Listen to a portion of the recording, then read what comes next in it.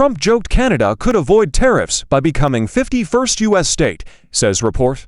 Donald Trump joked that Canada could become the 51st U.S. state if it wants to avoid hefty tariffs he plans to impose on the nation, according to sources. Canadian Prime Minister Justin Trudeau joined Trump for dinner at his Mar-a-Lago resort in Palm Beach, Florida, on Friday, for what Trump called a very productive 3-hour dinner between the two leaders. The meeting came days after the president-elect threatened a blanket 25% tariff on all products entering the U.S. from Canada and Mexico, and an additional 10% tariff on Chinese goods. Sources told Fox News that, during the dinner, Trump joked that there is a way around the looming levies, Canada becoming America's 51st state. Trudeau, among others at the meeting, responded to the quip with nervous laughter, the sources said.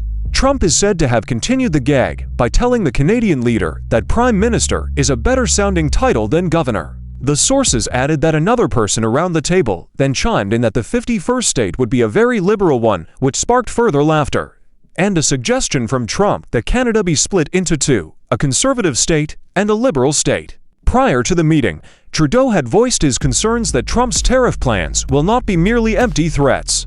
Donald Trump, when he makes statements like that, he plans on carrying them out. There's no question about that, he told reporters. Our responsibility is to point out that in this way, he would be actually not just harming Canadians who work so well with the United States. He'd actually be raising prices for American citizens as well and hurting American industry and businesses. Following the meeting, the Canadian Prime Minister told reporters the pair had enjoyed an excellent conversation. On Saturday, Trudeau then shared a photo with Trump on X and thanked the president-elect for dinner, writing, "I look forward to the work we can do together again."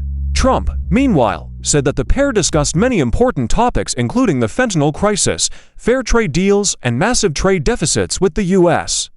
Writing on Truth Social on Sunday, he said, "I made it very clear that the United States will no longer sit idly by as our citizens become victims to the scourge of this drug epidemic, caused mainly by the drug cartels and fentanyl pouring in from China. Too much death and hardship. Prime Minister Trudeau has made a commitment to work with us to end this terrible devastation of U.S. families." Trump added that they also addressed energy, trade, and the Arctic. The proposed tariff plan comes as Trump blames Canada and Mexico for the flow of migrants and drugs into the U.S.